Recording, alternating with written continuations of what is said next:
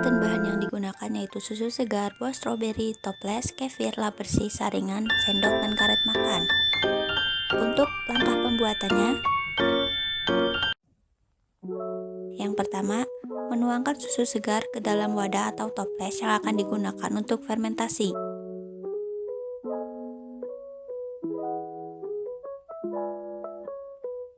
Kemudian, masukkan bibit kefir ke dalam susu, aduk hingga rata agar tidak ada bibit kefir yang menggumpal.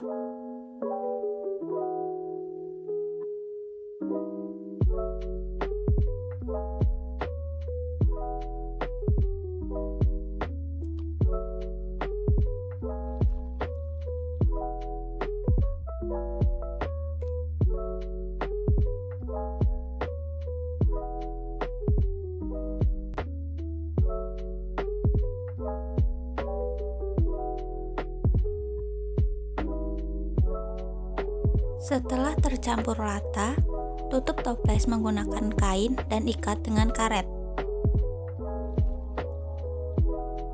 Perlakuan yang sama juga pada toples nomor 2. Masukkan bibit kefir, kemudian aduk hingga rata.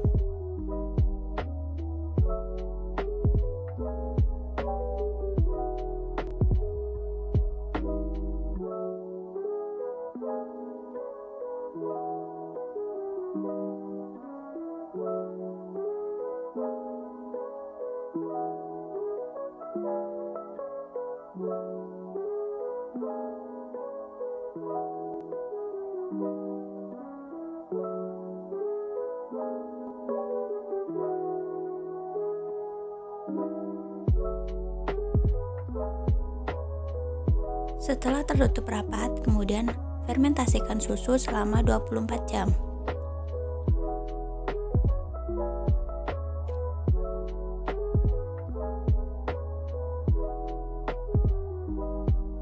Setelah fermentasi 24 jam, kemudian saring susu agar terpisah antara bagian yang cair dan bibit kefir atau bagian curd dan whey.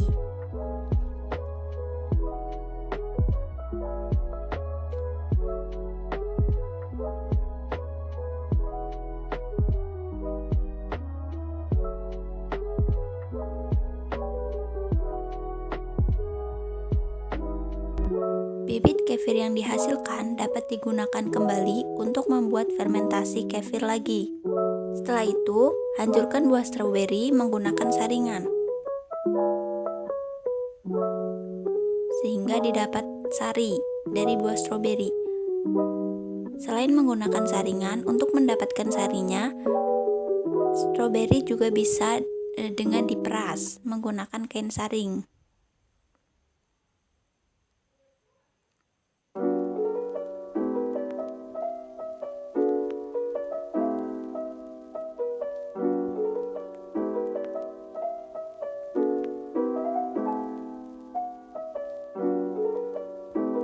Agar lebih mudah saat menghancurkan, stroberi dapat dipotong dengan ukuran kecil-kecil terlebih dahulu.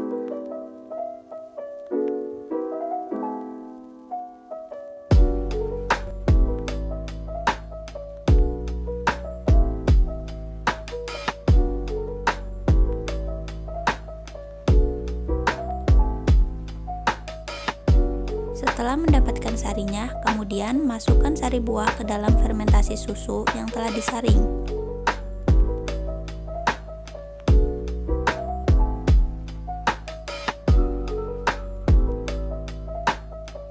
Aduk hingga tercampur rata.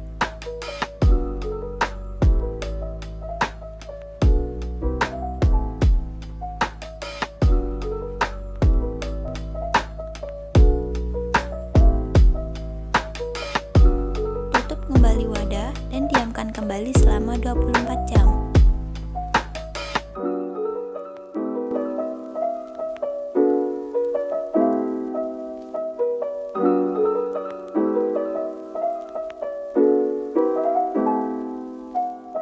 Setelah didiamkan selama 24 jam, maka hasilnya akan seperti ini.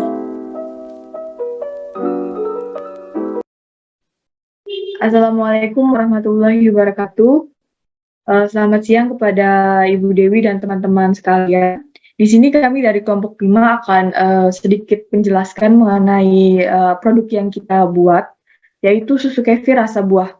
Dengan anggota ada Sabrina Nur Fariha, saya sendiri Siti Agnes Aulia, dan Alfiah Maula Salsabila.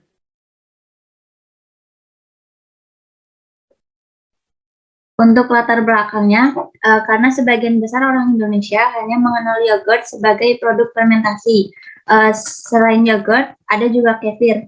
Namun karena di Indonesia kefir belum dijual secara luas seperti yogurt, sehingga banyak orang masih asing dengan kefir. Padahal kefir sendiri memiliki segudang manfaat bagi kesehatan.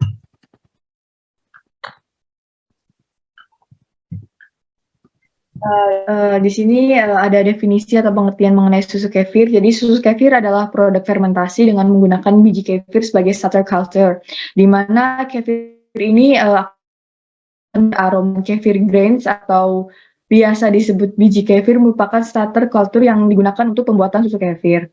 Jadi sebenarnya biji ini bukanlah dihasilkan oleh buah, tetapi merupakan kumpulan dari bakteri asam, laktat, hamir, dan gula polisakarida. Kemudian ada kandungan gizi yang terkandung dalam susu kefir. Secara umum, susu kefir ini mengandung protein dengan asam amino esensial yang lengkap dan beberapa vitamin seperti vitamin A, B1, B2, B5, B6, B7, B9, B12, dan vitamin C, dan terakhir vitamin K. Kemudian juga ada mineral yang yaitu ada kalium, kalsium, fosfor, magnesium, zat besi, seng, tembaga, dan kemudian manfaat kefir bagi kesehatan.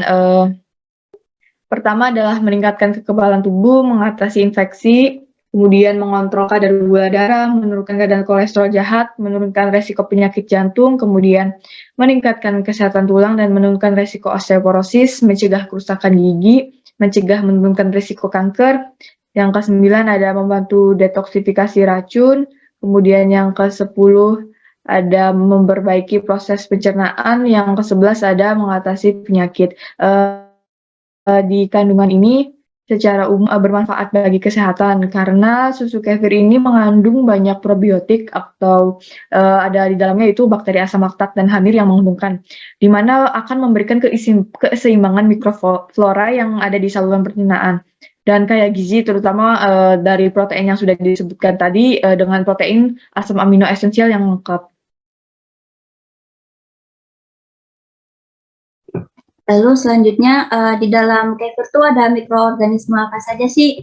Nah, di dalam kultur starter kefir itu di dalamnya mengandung mikroba yang terdiri dari bakteri dan hamir. Masing-masing memiliki peran dalam pembentukan cita rasa dan struktur kefir sendiri.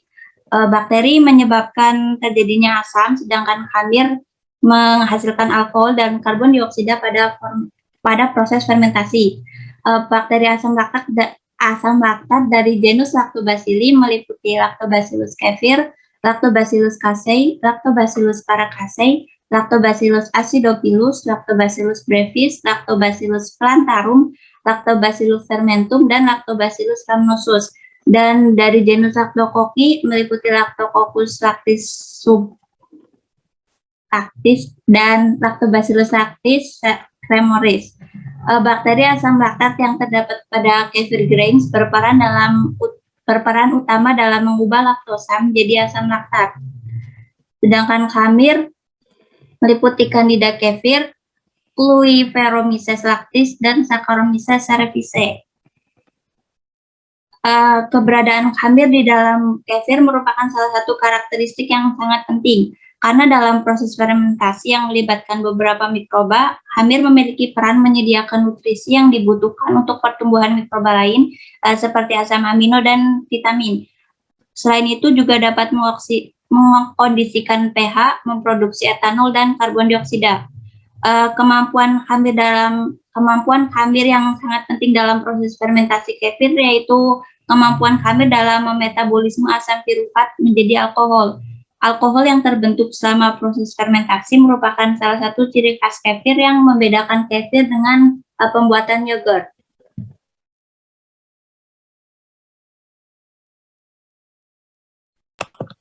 Proses fermentasi kefir. Fermentasi secara teknik dapat didefinisikan sebagai suatu proses oksidasi anaerob dari karbohidrat dan menghasilkan alkohol serta beberapa asam. Yang pertama, tahapannya pembuatan inokulum. Untuk menyediakan inokulum yang berada dalam keadaan aktif sehingga dapat mempersingkat fase adaptasi pada waktu fermentasi. Nama fase adaptasi dipengaruhi oleh volume inokulum dan kondisi fisiologis. Proses fermentasi kefir, gula dipecah menjadi asam pirufat. Pirufat oleh Khamir Candida kefir diubah menjadi asetaldehida menjadi etanol, sedangkan Lactobacillus bulgaricus diubah menjadi asam laktat. Bakteri dan kefir serta beberapa organisme mampu memecah glukosa menjadi karbon dioksida dan air. Khamir juga merupakan pengubah aldehid menjadi alkohol yang paling efisien. Khamir Saccharomyces adalah organisme yang penting dalam industri alkohol. Walaupun organisme lain juga mampu menghasilkan alkohol, tetapi alkohol yang dihasilkan masih tercampur dalam aldehid, asam, dan ester sehingga pemisahannya menjadi sulit. Mikroba selanjutnya ada mikroba proteolitik, dapat memecah protein dan komponen-komponen nitrogen sehingga menghasilkan bau busuk yang tidak diinginkan. Sedangkan mikroba liolitik akan memecah atau menghidrolisa lemak, fosfolipida dan turunannya dengan menghasilkan bau yang tangi. Apabila alkohol asam yang dihasilkan oleh mikroba fermentatif cukup tinggi, maka pertumbuhan mikroba proteolitik dan lipolitik dapat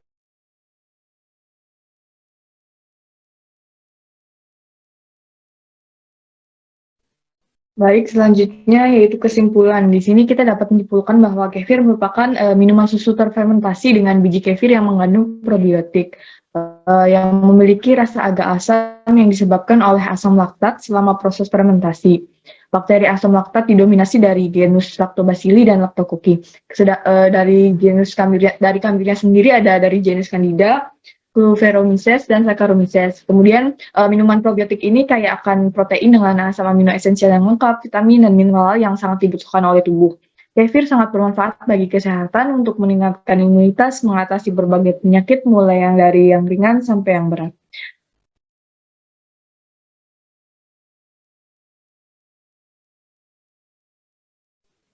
Kemudian selanjutnya ini ada beberapa referensi yang kita ambil.